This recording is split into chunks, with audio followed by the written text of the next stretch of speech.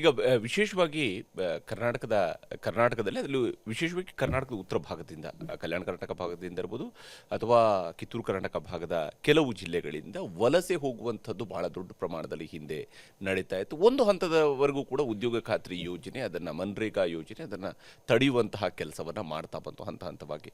ಈಗ VBG ರಾಮ್ಜಿ ಬಂದ ಮೇಲೆ ಬಹಳ ಪ್ರಮುಖವಾಗಿ ಕಾಂಗ್ರೆಸ್ ಅವರು ಎತ್ತಿದಂಥ ಪ್ರಶ್ನೆ, ಇಲ್ಲಿ ನಾವು ವಲಸೆಯನ್ನು ತಡೆಯುವಂತಹ ಕೆಲಸ ಆಗ್ತಾ ಇತ್ತು, ಆದರೆ VBG ರಾಮ್ಜಿಯಿಂದ ಮತ್ತೆ ಎಲ್ಲಿ ವಲಸೆ ಹೋಗುವಂಥ ಅಪಾಯ ಎದುರಾಗುತ್ತೆ ಅನ್ನೋದ್ರ ಬಗ್ಗೆ ಒಂದು ಚರ್ಚೆಯನ್ನು ಮುನ್ನೆಲೆಗೆ ತಂದಿದ್ದು ಕೂಡ ಇತ್ತು. ಆದರೆ ಅಟ್ ದ ಸೇಮ್ ಟೈಮ್ ಉದ್ಯೋಗ ಖಾತ್ರಿಯಲ್ಲಿ ಭ್ರಷ್ಟಾಚಾರ ಜಾಸ್ತಿ ನಡೀತಿದೆ, ಕೊಟ್ಟಿ ಜಾಬ್ ಕಾರ್ಡ್ಗಳನ್ನು ಮಾಡಿಸ್ತಾ ಇದ್ದಾರೆ ಅನ್ನೋದ್ರ ಬಗ್ಗೆಯೂ ಕೂಡ ಆರೋಪಗಳಿತ್ತು. ಈ ನಿಟ್ಟಿನಲ್ಲಿ ತಾವು ಯಾವ ಸ್ವರೂಪದಲ್ಲಿ ನೋಡ್ತೀರಿ VBG ರಾಮ್ಜಿಯನ್ನು, ಮತ್ತು ಎಷ್ಟರ ಮಟ್ಟಿಗೆ ಇದು ಪರಿಣಾಮಕಾರಿಯಾಗಿ ವಲಸೆ ತಡೆಯೋದಕ್ಕೆ ಸಾಧ್ಯ ಆಗುತ್ತಾ ಆಗೋದಿಲ್ವಾ, ಏನು ಸವಾಲಿದೆ, ಮತ್ತು ತಾವು ಯಾವ ರೀತಿಯಂಥ ಯೋಜನೆಯನ್ನು ರೂಪಿಸಿದಿರಿ ಇಲ್ಲಿ?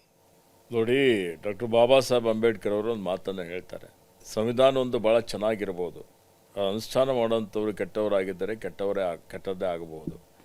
ಸಂವಿಧಾನ ಕೆಟ್ಟದಾಗಿದ್ದರೂ ಅನುಷ್ಠಾನ ಮಾಡೋಂಥವ್ರು ಒಳ್ಳೆಯವರಿದ್ದರೆ ಅವ್ರ ಹಿತಾನೇ ಆಗ್ಬೋದು ಅನ್ನೋಂಥ ಮಾತನ್ನು ಹೇಳ್ತಾರೆ. ಹೀಗಾಗಿ VBG ರಾಮ್ಜಿ ಅನುಷ್ಠಾನ ಮಾಡೋದ್ರಲ್ಲಿದೆ, ಅನುಷ್ಠಾನ ಮಾಡೋದು ನಮ್ಮ ಕೈಯಲ್ಲಿದೆ. ನಾವು ನಮ್ಮ ಅಧಿಕಾರಿಗಳು ಜನಪ್ರತಿನಿಧಿಗಳು ಸೇರಿಕೊಂಡು ಉತ್ತಮವಾಗಿ ಇದನ್ನು ಅನುಷ್ಠಾನ ಮಾಡಿದ್ದರೆ, ಮತ್ತು ನನ್ನ ಪ್ರಕಾರ ಉದ್ಯೋಗ ಖಾತ್ರಿಯಲ್ಲಿ ಇದ್ದಂಥದ್ದೇ ನಮ್ಮ ನಾಯಕರುಗಳೆಲ್ಲ ಏನು ಒತ್ತಾಯ ಮಾಡಿದ್ರಲ್ಲ ಕೇಂದ್ರಕ್ಕೆ, ಮೊನ್ನೆ ರಾಹುಲ್ ಗಾಂಧಿಯವರು ಏನೇನು ಸಲಹೆಗಳನ್ನು ಕೊಟ್ಟಿದ್ದಾರೆ ಅದು VBG ರಾಮ್ಜಿಯಲ್ಲಿ ಅಳವಡಿಸಿದ್ದಾರೆ. ಅವರು ಒಪ್ಪಿಕೊಳ್ಳಿಕ್ಕಿಲ್ಲ, ಆದರೂ ಎಲ್ಲ ಕಾಮಗಾರಿಗಳು ಹಿಂದೆ ಏನಿತ್ತು ಬಹುತೇಕ 90% ಕಾಮಗಾರಿಗಳು ಅದರಲ್ಲಿ ಸೇರ್ಪಡೆ ಮಾಡಿದ್ದಾರೆ. ನಿನ್ನೆ ನಾನು ನೋಡಿದ್ದೇನೆ, ಅಧ್ಯಯನನೂ ಮಾಡಿದ್ದೇನೆ. ಮತ್ತು ರಾಜ್ಯ ಸರ್ಕಾರದಿಂದ ಯಾವುದು ಬಿಟ್ಟಿದ್ದರೂ ಕಾಮಗಾರಿ ತಗೊಳ್ಳಿಕ್ಕೆ ಅದನ್ನು ಸೇರ್ಪಡೆ ಮಾಡಬೇಕು ಅನ್ನುವಂಥದ್ದು ಒಂದು ಸಲಹೆಯನ್ನು ನಾವು ಕೊಡ್ತಾ ಇದ್ದೇವೆ. ಆ ಸಲಹೆ ಬಗ್ಗೆನೂ ನಾವು ವಿಚಾರ ಮಾಡ್ತೀವಿ, ಪರಿಶೀಲನೆ ಮಾಡ್ತೀವಿ ಅನ್ನೋಂಥ ಮಾತು ಕೇಂದ್ರ ಸಚಿವರು ಹೇಳಿದ್ದಾರೆ. ಹೀಗಾಗಿ VBG ರಾಮ್ಜಿ ಮತ್ತು ನರೇಗಾ ಏನಿದೆ ಅದು ಸುಮ್ಮನೆ ರಾಜ್ಯ ಸರ್ಕಾರದ ಮೇಲೆ ಹೊರೆ ಹಾಕಲಿಕ್ಕೆ ಮತ್ತು ಮಹಾತ್ಮ ಗಾಂಧೀಜಿಯವರ ಹೆಸರು ಬದಲಾವಣೆ ಮಾಡಲಿಕ್ಕೆ ಮಾತ್ರ ಮಾಡಿದ್ದಾರೆ ಅವರು.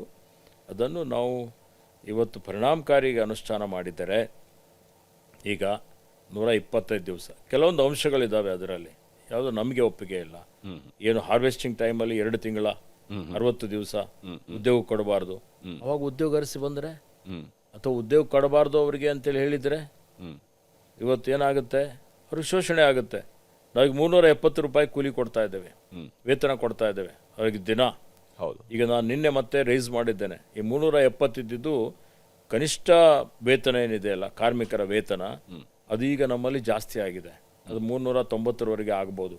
ಅದು ಹೆಚ್ಚಿಸ್ಲಿಕ್ಕೆ ನೀವು ಅವಕಾಶ ಮಾಡಿಕೊಡ್ಬೇಕು ಅಂತ ಹೇಳಿ ಅದಕ್ಕೆ ಚವ್ಹಾಣ್ ಅವರು ಹೇಳಿದರು, ಶಿವರಾಜ್ ಸಿಂಗ್ ಅವರು, ನಾವೊಂದು ವೇಜ್ ಬೋರ್ಡ್ ಮಾಡಿದ್ದೇವೆ, ಪ್ರಸ್ತಾವನೆ ಸಲ್ಲಿಸಿ ಅದ್ರಲ್ಲಿ ತೀರ್ಮಾನ ಮಾಡ್ತೀವಿ ಅಂತೇಳಿ.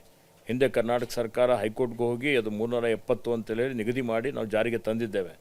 ಅದೇ ರೀತಿಯಲ್ಲಿ ಈಗ ಮುಂದೆ ಪರಿಷ್ಕರಣೆ ಮಾಡಿ ಅದಕ್ಕೆ 370 ಜಾಸ್ತಿ ಮಾಡಬೇಕು ಅನ್ನೋಂಥದ್ದು ನಮ್ಮ ಒಂದು ಉದ್ದೇಶ ಆಗಿದೆ. ಹೀಗಾಗಿ ನನ್ನ ಪ್ರಕಾರ ಏನು ವಲಸೆ ಹೋಗ್ತಾ ಇದ್ದಾರೆ, ನಗರಗಳ ಮೇಲೆ ಒತ್ತಡ ಆಗ್ತಾ ಇದೆ, ಎಲ್ಲ ರೀತಿಯಲ್ಲಿ ಆಗದ ರೀತಿಯಲ್ಲಿ ಕಾರ್ಯಕ್ರಮಗಳನ್ನು ರೂಪಿಸಲಿಕ್ಕೆ ನಾನು ಹೇಳಿದ್ದೇನೆ. ಅದು ಅಷ್ಟು ಬೇಗ ಅದು ಜಾರಿಗೆ ತರ್ತೀವಿ. ಮತ್ತು ವಲಸೆ ಹೋಗದ ರೀತಿಯಲ್ಲಿ ಪ್ರತಿ ವರ್ಷ ಎಷ್ಟು ಪರ್ಸೆಂಟೇಜ್ ವಲಸೆ ಹೋಗ್ತಾರೆ, ಈ ವರ್ಷ ಎಷ್ಟು ಪರ್ಸೆಂಟೇಜ್ ವಲಸೆ ಹೋಗ್ತಾರೆ, ಅದು ಹೋಲಿಕೆ ಮಾಡಿ ನಾವು ಹೇಳ್ಬೋದು ನಮ್ಮ ಸಾಧನೆ ಏನು ಮಾಡಿದ್ದೀವಿ ಅಂತೇಳಿ. ಆ ಕೆಲಸ ನಾವು ಮಾಡ್ತೇವೆ ಅನ್ನುವಂಥ ವಿಶ್ವಾಸ ನನಗಿದೆ.